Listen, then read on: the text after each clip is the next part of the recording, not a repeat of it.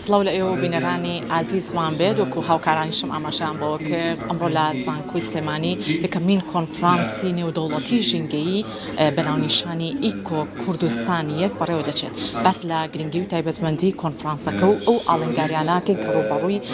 ژینگەی ئابێتەوە بە تایبەتی ژینگەی هەرێمی کوردستان بە کۆمەڵێک ئاڵنگاریات تێپەڕەبێت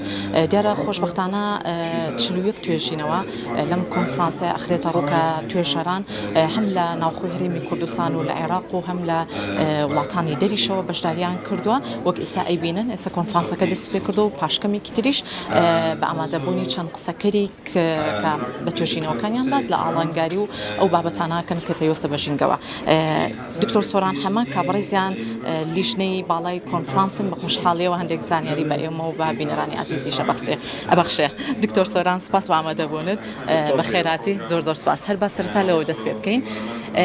کە باسەکرێ ئیکۆ کوردستانیەک یەکەمین کۆنفرانسی نێودەوڵەتی ژینگەی بۆچی ئەم ناونیشانەتان هەڵبژێن؟ بەڵێ ناونیشانمان هەڵبژار ئیکۆ کوردستانی یەکم بکەین بە کوردی ژینگەی کوردستانی یەک ئێمە بەرنامەمان وایە لە ساڵین داهاتووە ئەو کۆنفرانسە دووبارەیەکەین و هەر جاری لە چەند ناونیشانێکە بۆنەوە بۆ ئیکۆ کوردستانی دوو سێ ئیشەڵا گە خواتە من بە بتوانین زیاتر خزمەتی ژینگە بکەین. کاتەمە بەستەکە زیاتر لە تەواوی ئاڵنگاریەکانی ژینگەی ئەو ناونیشانەتان هەڵبژێت؟ بەڵێ بکە کاڵین ئیکۆ کوردستان بەسمان ژینگەی کوردستانی باز لە هەموو بابەتەکانی ژینگاکەین لە کوردستانە چارەسەری پێویستیش بەڵام بەنسبەت پرسیارەکەی تۆ کە ئیکۆ کوردستانی گەین بەردەوام لە ساڵانی داهاتووی شەڵام کۆنفرانسانە بەردەوام بێ بۆ زیاتر خزمەتکردنی هەرێمی کوردستان و ژینگەی کوردستان. دکتۆر سۆران ئەوەی کە بەدی ئەکرێت ئەم کۆنفرانسەکە یەکەمین جارە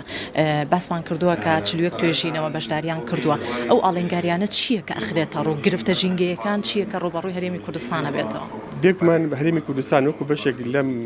جیانە وەکو مرۆڤایەتی لەسەر گوێی زەوی ئێمەش تووشی کۆمەڵێک کێشەی ژینگەی بووینێتوانە بەشێکیان تایبەتە بە هەرێمی کوردستان و بەشێکیشی کێشەی ژینگەی جیانیە بۆنمە کێشەی گۆڕانی ئاوامە کێشێکی جیانی بەڵام بەشێکیشی کاریگەرەکانی لەسەر هەرێمی کوردستان گرتوێتەوانێ بێکمانەوانە پێویستی بە چارەسەرکردنی جیانش هەمێک کێشەی ناوخۆییشێک کێشەی ژینگە وەکو پیسبوونی ئاو پیشبوونی ژاوەژا پیسبوونی خاک ئەم جۆرە پیسبوونانەش پەیوەندی بە هەرێمی کوردستانەوەی پێویستە ئێمە خۆمان ناوخۆمانە چارەسەری پێویستی وەک دۆزینەوە بتوانین بەسەر کێشەکان نازەڵبین لەم توێژینوە دەم ئافو کۆنفرانسیە نزیکەی 42 توێژینەوە بەشدارە لە هەموو پانێڵەکانی کۆنفرانسە 42 بەڵێ 42 توێژینەوە توێ 42 تۆزێک فەرقی نییە 42 توێژینەوەیە 42 توێژینەوە بەشدارە لەم کۆنفرانسیە لە هەموو بابەتە ژینگەکان توێژینەوەی هەیە هەروەها لەم توێژنەوە نزیکەی لە 6 وڵاتی بیانیەوە توێژینەوەمان بواتوە نزیکەی 16 زانکۆی جیاوازەوە لە عێراق و لە وڵاتانی دەرەوە هەروەها زانکۆکانی هەرێمی کوردستانی عێراق لە هەموو بابەتە جیاوازەکان لە جوگرافیا لە بایۆلۆجی لە جیۆلۆجی لە کوشت و کاڵ لە هەموو بابەتەکان لە بەشە زانستیەکانی زانکۆی سلێمانی بەشدارە. دکتۆریان ئەم کۆنفرانسە وەها تایبەتمەندە لەبەرەوەی توێژەران لە وڵاتانی دەریشەوە بەشداریان کردووە پێت وایە ئێستا هەرێمی کوردستان زەنگی مەترسیدارە بۆ سەرچاوە ژینگەیەکان و پیسبوونی ژینگە یاخود ئەتوانین چارەسەری دروست بدۆزینەوە و توێژەرانیش لە وڵاتانی دەرەوە تا چەندە هاوکارن بۆ ئەوی لەگەڵ توێژەرانی هەرێمی کوردستانە بتوانن کارێکی باش بکەن بۆ ژینگەی کوردستان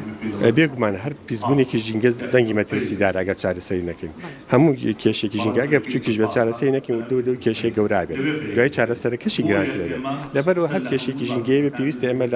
لە سەرەتاوە چارەسەری پێویستی بۆ بدۆزینەوە چارەسەریکەین بەنسبەت توێژەرەکانی نێودەوڵەتی کە بەشدارن لەم کۆنفرانسیە بێگومان کێشە ژینگە لە بابەتی توێژنەوەی زانستیە زۆر پێویستان بۆیە سوود لە توێژەرانی دەرەوە بینین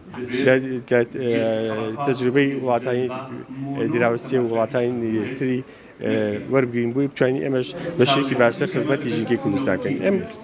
کۆنفرانسێکی نێودەوڵەتیە بێگومان لە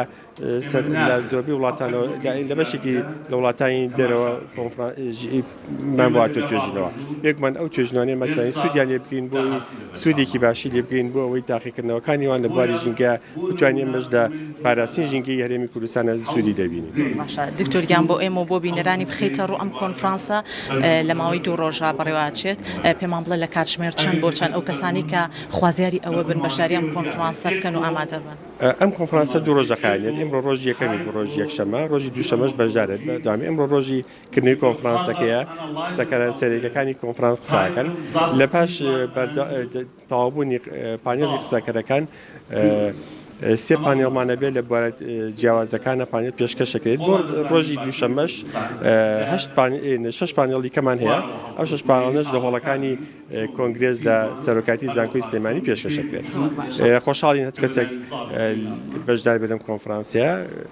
لە بابەتەکانی ژینگەیە خۆشحاڵە بینباتنیان کۆتا قسەت زۆر بە کورتی فیدباکێکی ئەرێنی باشە بێت بۆ هەرێمی کوردستان بێگومان ئەم توێژینەوانە کەیسا پێشکەشەکرێت هی ڕۆژ دوورە ئەم 6 مانگە خەریکی ئەم کۆنفرانسین 6 مانگە خەریکن لە 6 مانگە ئەو توێژەرانە خەریکن بێگومان توێژینەوەکان کاری پراکتیکیان کردو و گەڕانێکی زۆریان کەوتان توێژینەوە زۆر سپاس بۆ ئێوە دەستان خۆش بفەرموو دکتۆرگیان سپاس بۆ دکتۆر سۆران هەمان کابڕێزیان لیژنەی باڵای کۆنفرانسن سپاس بۆ وتەکانی دیارە بێگومان خۆشبەختانە وەکو ئەوەی کابڕێزیشان ئاماژەی پێکرد ماوەی 6 مانگە توێژەران سەرقاڵی ئەوەن کا 42 توێژینەوە لە بواری ژینگە و ئاڵنگاریەکانی ژینگە بخەنەڕۆ بۆ هیواین لە ماوەی ئەم دوو ڕۆژی کۆنفرانسی نێودەوڵەتی ژینگە لە زانکۆی سلێمانی فیدباکێکی ئەرێنی زۆر باش بێت بۆ هەرێمی کوردستان و تەواوی ئەو توێژەرانش بتوانن توێژینەوەی باش پێشکەش بکەن گەڕێنەوە بۆ سۆدی وەلای هاوکارانە